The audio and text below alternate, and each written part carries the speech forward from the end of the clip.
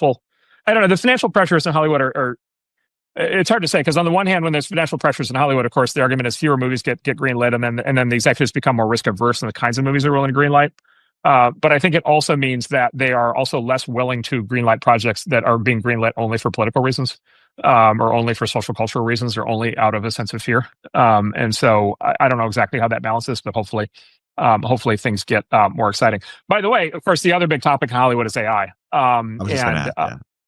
So that's the 800-pound thing, and to their credit, they're highly aware of it. They're highly alert to it.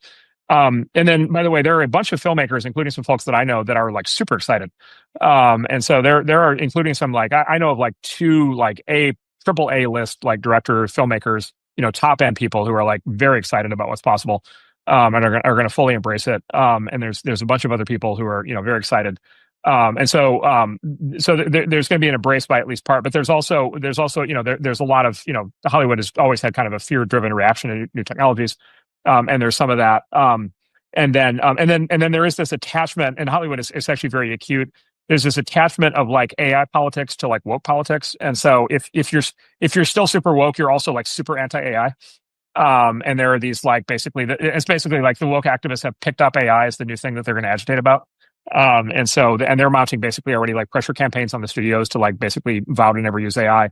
And at least so far, the studios, to their credit, are like, no, we're not going to do that. The studio, so far, I think the studio executives have all been consistent, which is like, look, we've always used technology. The movie camera itself is technology, special effects, like we've always used technology, videotapes, DVD, streaming, these are all technologies. Every movie has CGI,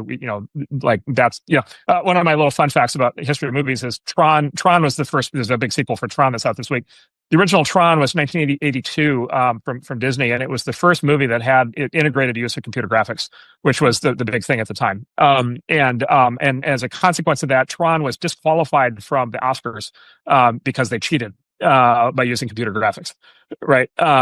And so to go from that world to the world in which every movie has CGI, and for the most part, you don't even know that there's CGI in it. You just see a romantic comedy and they're using CGI to do all kinds of things in it, and you don't even notice, and it's just taken completely for granted. And so, like, I think the studios, I think understand that. I think they're gonna actually embrace AI enthusiastically. But there's gonna be this like, at least there's an attempt to like gin up a moral panic around it, and try to basically keep it out. And I don't think it's going to work, because I think the economics are too compelling. But anyway, but then the other thing with AI is, of course, AI is going to be super helpful to existing filmmakers. But the other thing is AI for sure, and we see this especially in this last couple of weeks with the new version of Sora, and a lot of these other new things that are coming out. AI is going to make a whole new kind of filmmaker possible to exist for the first time, which is the filmmaker with no visual skill, right, or access to a set or to a camera or to actors, but with an idea. People are going to be able to make, it's going to start with shorts and animated things and so forth, but it's going to work its way up to full movies. And so, people with people who otherwise would be limited to only being novelists, or being maybe people who do graphic novels, but are creative geniuses, are going to be able to actually make full movies with AI. And again, I think that's a reason for like profound optimism. I think we're going to get like completely new kinds of, basically filmed entertainment from people who otherwise never would have been able to access the medium. And I think that also is, I'm very positive on that.